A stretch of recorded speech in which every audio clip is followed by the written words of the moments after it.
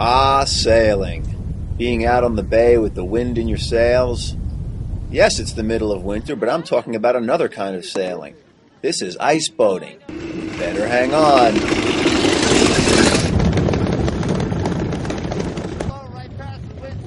Sorry for the shaky ride, folks, but I was doing all I could the other day just to hang on myself when I caught a ride on a homemade ice boat on the Great South Bay in Bellport, New York, on the south shore of Long Island. They don't often get ice strong enough out here for ice boating, but they've had it this winter, and it's given these folks a chance to satisfy that need for speed. You know, there's not too many things you can do without a motor that you can go 70, 80 miles an hour. Yeah. You can definitely do it on these. In Bellport, the South Bay Scooter Club is dedicated to a wooden-hulled ice boat originally built by local duck hunters who wanted something that could scoot over ice and water. It was also used by rum runners during Prohibition.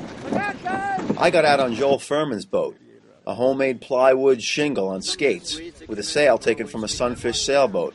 This is a Popular Mechanics 1958 design, and they had the plans in there, and I think you could probably still retrieve it at any local library.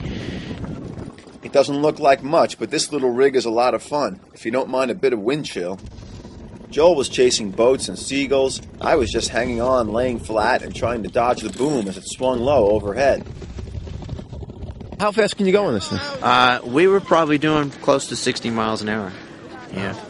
Ice boating is also a long-standing tradition out on the east end of Long Island, in Orient, where the locals, members of the Orient Ice Yacht Club, were getting their kicks on Halleck's Bay.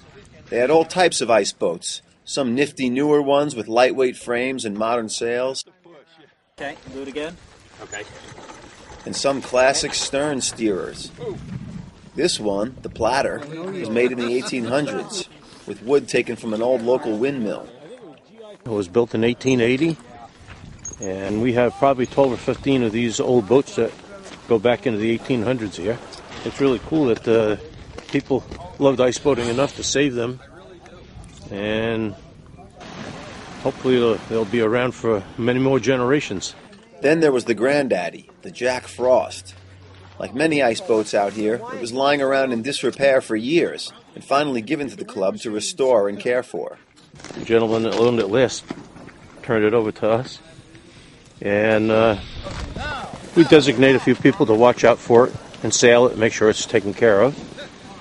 These old boats are classics, but there was one smooth-looking cruiser that caught my eye, and its skipper, Mike Acebo, took me for a ride. Mike told me this was a J14 that he built himself. It's got a springboard in the front, gives it a little bit of shock absorber.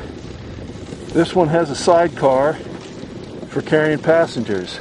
Even in light winds, this thing moved along, and he later showed me on his GPS that we were doing a respectable 31.7 miles an hour.